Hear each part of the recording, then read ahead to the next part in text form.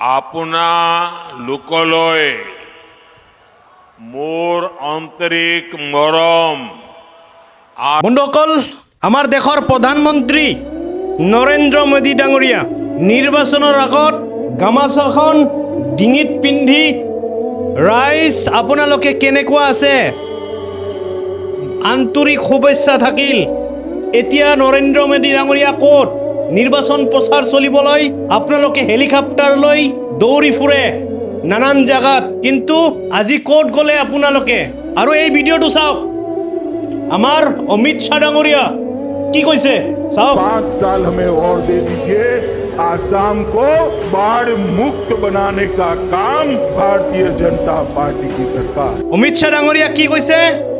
আৰু 5 বছৰ দিয়ক, 5 বছৰৰ ভিতৰত বান মুক্ত কৰি দিম, অসম বান মুক্ত হৈ যাব ঘোষণা কৰিছিল ৰাইজৰ আগত, নিৰ্বাচনৰ আগত। কিন্তু অমিত শ্বাহৰ খবৰ নাই, নৰেন্দ্ৰ মোদীৰ খবৰ নাই, উজনিৰ বানপানীৰ খবৰ ল'বলৈ মানুহ নাই। কি হ'ল? ভোট লোৱাৰ কাৰণে নিৰ্বাচনৰ আগে আপোনালোকে দৌৰি ফুৰে মানুহৰ ঘৰে ঘৰে, মানুহৰ পিছে পিছে। কিন্তু উজনি অসমত বানপানীৰ ফলত যি অৱস্থা হৈছে, তাহানিও এনেকুৱা অৱস্থা দেখা নাছিলোঁ। 70 জনৰো অধিক মানুহৰ মৃত্যুদেহ উদ্ধাৰ হৈছে।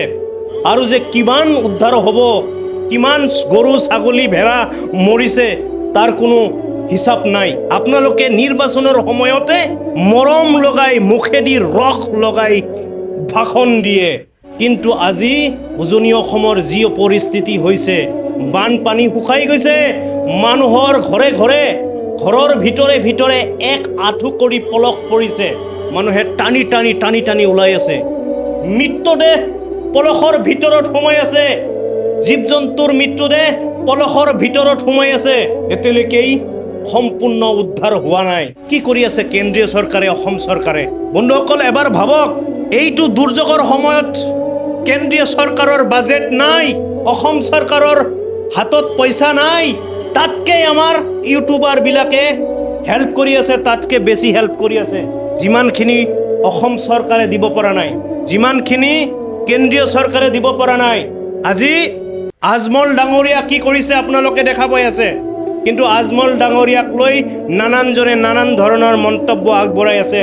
মই ছ'চিয়েল মিডিয়াত চালোঁ, আজমলে দিয়া টোপলাৰ ভিতৰত গৌ মাংস সোমাই সোমাই দি আছে। ফেচবুকত এনেকৈ লিখে। নিৰ্লজ্জ, নিকৃষ্ট মনৰ মানুহ এইবোৰ। বন্ধুসকল, আপোনালোকে যিমান পাৰে ভিডিঅ'টো শ্বেয়াৰ কৰিব। প্ৰত্যেকজন ব্যক্তি আপোনাৰ মতামত